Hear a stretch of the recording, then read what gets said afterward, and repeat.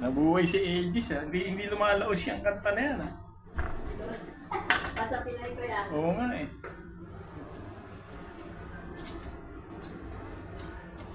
Parang ako nasa Pilipinas eh. Narinig ko yun.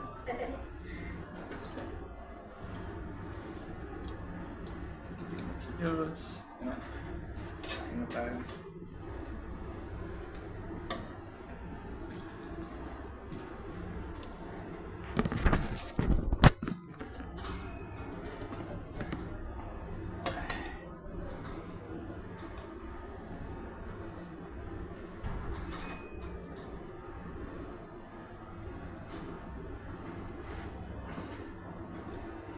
Unang higo, sabaw.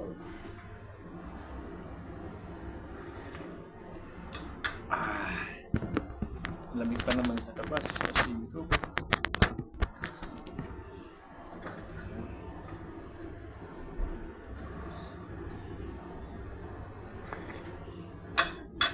Ito kutsarang malaki na.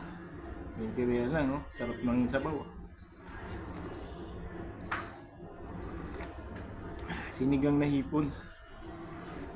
Ate, kain. Sige po. Hindi lang ako nakaigop ng sabaw na ano eh. Sa Misol kasi hindi ganito ulam namin eh. Puro isda.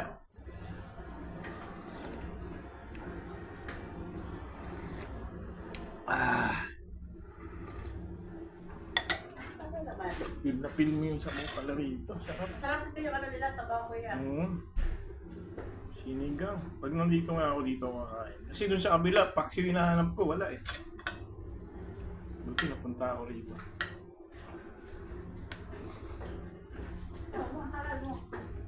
Anong kantin to? Anong pangalan ng kantin nila? Sa shoutout ko sa YouTube ko. Shoutout mo rin kami kaya. Ano pa kaya o? Ayan no. Ano pangalan mo? Shoutout to kay ate. Dito sa Sukwaki, may lang ako na first time ko rito nakapunta eh. Kumain lang ako. Shoutout sa'yo ate. Hello! Shoutout din. Subscribe kay Romeo ka vlogger. Okay po. Salamat.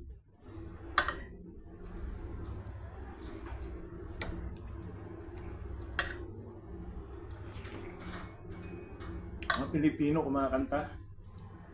Nakanta sila na ano, yung kay ano, Aegis. Hindi na nalaos yung Aegis na yan eh. Buti tapos na kasi nagbablog ako. Yung songs makaka-copyright tayo. Tatlo sila, lakas, volume. Parang ayaw ko kainin yung laman. Sabaw lang, ulam na eh. Sabaw lang, ulam na eh.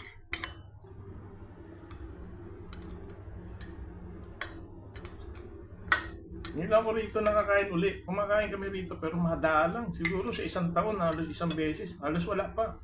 Kaya lang ako napunta rito ngayon dahil ano nga, na-postpone yung schooling ko dun sa Alpagdan. Hindi ako nakamonitor dun sa group. Kasi nga, bawal yung cellphone sa palasyo, sa watch bar. Ang dinadala namin cellphone yung walang camera. Ngayon, alam ko na, bibili ako ng, alam mo yung cellphone na walang camera pero pwedeng mag-internet. Pag ganito palang ano, bira kasi kung 17 years wala naman akong cellphone na dala sa loob, yung lang pang tawag. Eh wala naman akong ganitong event ngayon lang. Pero next time, challenge to experience kumbaga. Kamali ano. Ngayon lang naman 'to nangyari. Ako. Nasa bawah.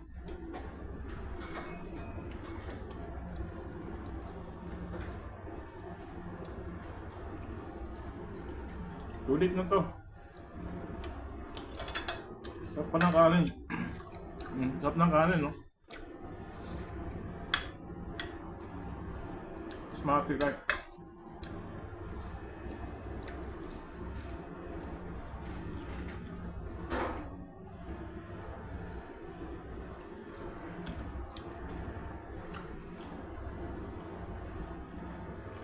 Bibili ka na hipon dito mga din.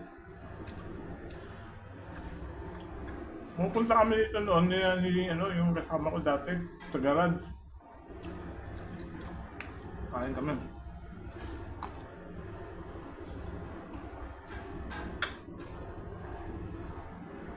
Masarap naman siya dito pag may kasama ka. Na-enjoy mo kasi yung vlogging, mag-vlog.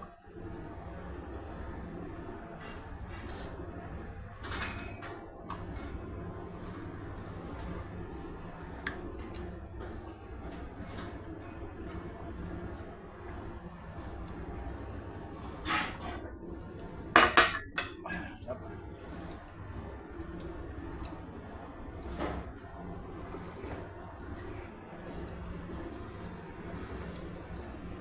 Bumili rin ako ng tinapay. 10 real. Minsan lang naman to eh. Pag graduation namin, dito ako pupunta. Para yayain ko isang Pilipino.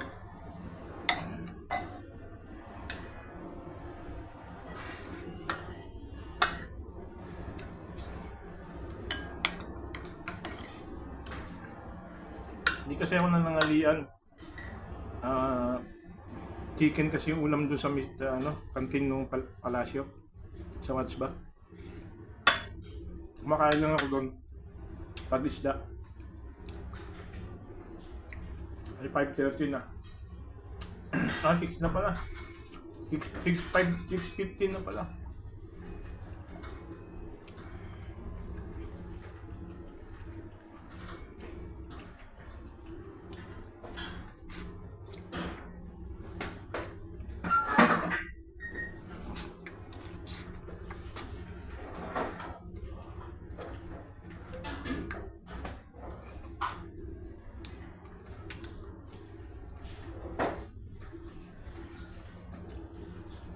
Nilain ko dito yung Pilipino classmate ko para kain kami ng sinigang na ipon. Pwede na din itong ano. Hello friend, andito na ako. Oo, andito na ako sa kabayan. Ito pala yung kabayan. Sabi Kabayan. ng iwanan. Sabi ng iwanan ako. Ipon. Nakakuha ka na ba? Wala ka. Oo, siya sige.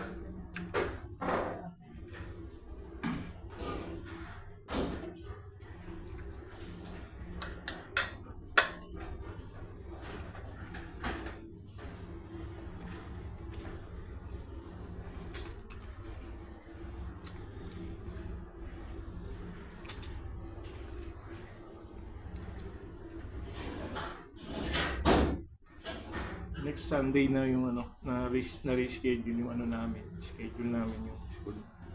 Sunday siguro. Na-schedule din kami Friday. Next siguro February 25. Tapos sa March na yung graduation. Buti na lang may nag-attend sa akin dito. Ayan. People. String.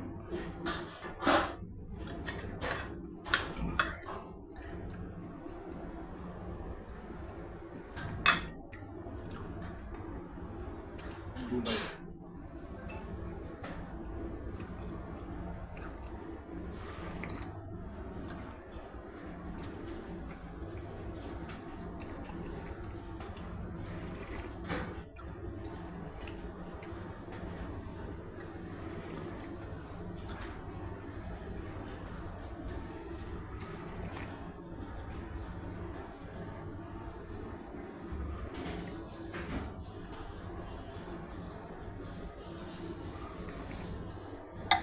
Pwede ko magluto sa amin. Luto ako nito paminsan-minsan.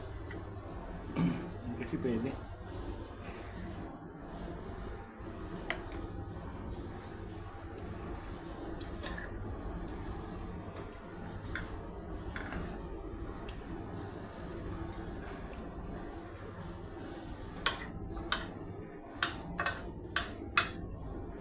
Maganda rin kasi yung yung hindi natutuloy yung session kasi makakagada ako, makakabisado ko itong Sukwakit.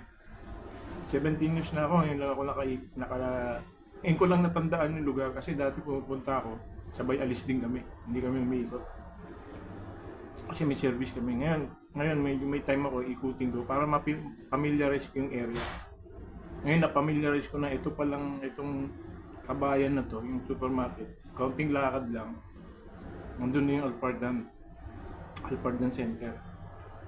Doon sa school namin, kaya alam ko na, pwede nang lakarin. Kasi minsan pupunta kami, nagbabanding. Wala, hindi ko na nakakabisado yung lugar. Yung familiarization ng area.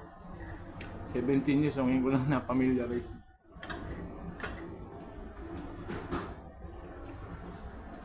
Mostly ano lang kami, trabaho, accommodation lang kami talaga.